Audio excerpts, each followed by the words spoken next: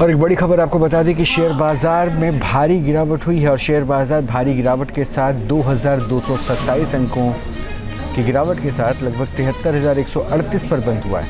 Nifty 743 अंक गिरकर 22,161 पर बंद हुआ है।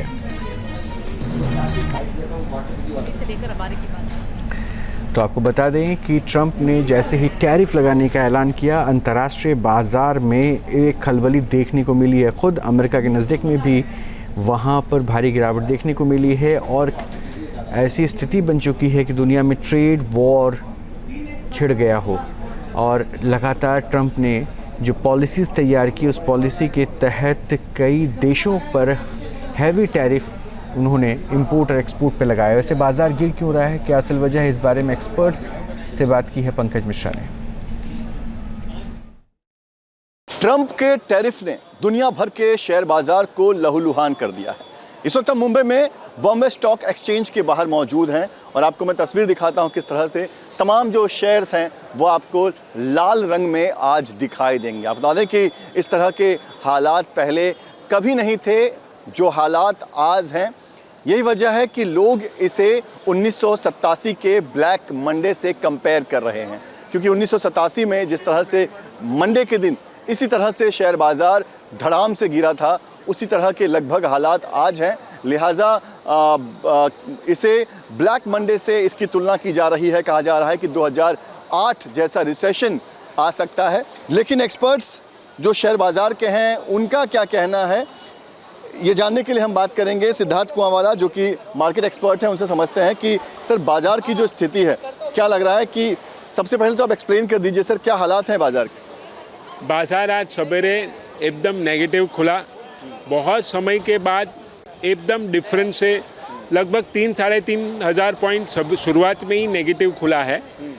और ये टैरिफ और उसका मेजर रीज़न है। अलग किस्म की सिचुएशन पैदा हुई है और यूएस से हुई है, जहां प्रेसिडेंट ट्रम्प दोनों हाउस में मेजॉरिटी लेके बैठे हैं और उनके हर रोज़ कोई नए नए स्टेटमेंट होते हैं, स्टेबिलिटी नहीं होती है। और अब ये टैरिफ का उन्होंने डिक्लेयर किया है, तो उसकी वजह से लोगों में थोड़ी घबराहट हो गई है और वो घबराहट हम बाज़ारों में देख रहे हैं। और साथ में वहाँ के एक्सपर्ट, यूएस के एक्सपर्ट्स का मानना है कि उससे शायद यूएसए में रिसेशन हो सकता है और उसका भी असर आप बाज़ारों में आज देख रहे हैं। सर भारत के शेयर बाज़ार की बात करें तो कौन कौन से शेयर पर सबसे ज़्यादा असर हुए हैं, अगर आप एक्सप्लेन कर सकें तो।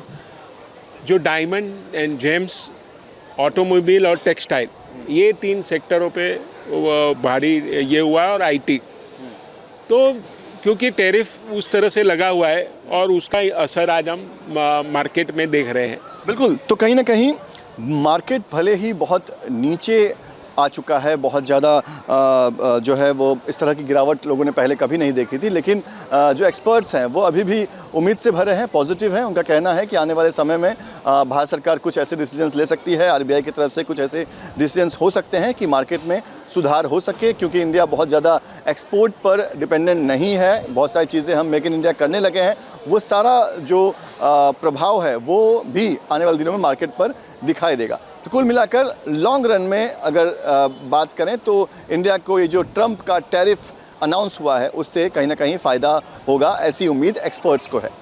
वीडियो जर्नलिस्ट कामेश हल्दे के साथ पंकज मिश्रा, न्यूज़ नेशन, मुंबई। वैसे एक्सपोर्ट बाज़ार में गिरावट की तुलना 1987 के ब्लैक मंडे से हो रही है और इस बारे में इकोनॉमिस्ट अभिषेक रस्तोगी से बात की पंकज मिश्रा ने। जिस तरह से दुनिया भर के शेयर बाजार में हाहाकार मचा हुआ है, ऐसे में भारत का आने वाला भविष्य क्या होगा, इस पर बात करने के लिए हमारे साथ देश के जाने माने इकोनॉमिस्ट अभिषेक रस्तोगी हैं। उनसे बात करते हैं। सर, सबसे पहले ये जो बाजार जिस तरह से लुढ़का हुआ है, इसको लेकर आपकी पहली प्रतिक्रिया क्या है? देखिए, थोड़ी अनसर्टेनिटी मार्केट में रहेगी और अभी थोड़े आने वाले सप्ताहों में भी ये एक अनसर्टेनिटी रहेगी। इसके 2 कारण हैं। एक तो क्योंकि सारा मार्केट गिर रहा है, टैरिफ वॉर छिड़ चुका है और जो रेसिप्रोकल टैरिफ यूएस ने लगाया है, बाकी देश भी उसमें बायलैटरल अरेंजमेंट्स करने के मूड में लग नहीं रहा कि अभी हैं। और जैसे कि दिखता है कि जैसे चाइना है और देश हैं, ईयू है, वो इसको टैरिफ को एक अच्छे नज़रिए से नहीं देख रहा है और वो भी इम्पोज करेगा, तो ट्रेड वॉर तो शुरू होगा। अब जहाँ तक कि हिंदुस्तान की बात है, जो हमारी पॉलिसीज़ हैं वो इन सिंक्रोनाइजेशन आएंगी, हमारी बायलैटरल ट्रेड एग्रीमेंट्स यूएस के साथ बहुत जल्द बनेंगे। और अगर आप रेसिप्रोकल टैरिफ भी देखते हैं तो भारत एक ऐसा देश है जिसको इस रेसिप्रोकल टैरिफ से इनफैक्ट फ़ायदा होगा। बायलैटरल ट्रेड अरेंजमेंट होने के बाद भारत का जो एक्सपोर्ट है, आज भारत बहुत बड़ी क्वांटिटी में यूएस एक्सपोर्ट करता है और हमारा बड़ा यूएस पार्टनर है एक्सपोर्ट इंपोर्ट के लिए, तो 20% जो हमारा एक्सपोर्ट है वो यूएस को जाता है। तो इसमें बहुत इंपॉर्टेंट रहेगा कि कुछ सेक्टर्स के लिए हमारा जो यूएस से ट्रेड एग्रीमेंट होगा, बायलैटरल अरेंजमेंट होगा, वो फाइनलाइजेशन होगा, मगर अब से लेके वो फाइनलाइजेशन तक एक अनसर्टेनिटी रहेगी।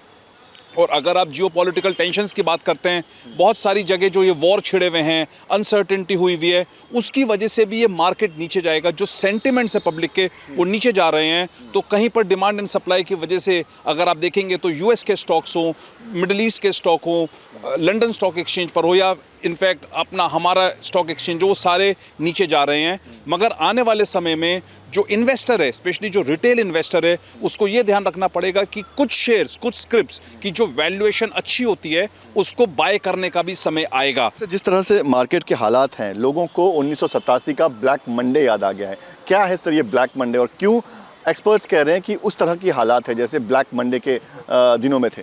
देखिए, ब्लैक मंडे में क्या हुआ था, ब्लड बात हुआ था। स्टॉक एक्सचेंज पे एक बहुत बड़ा पैनिक हुआ था जिसकी वजह से बहुत बड़ा ब्लड बात हुआ। तो मुझे ऐसा नहीं लगता है कि ऐसा कोई ब्लैक मंडे टाइप इतना ज़्यादा बुरा हाल होगा।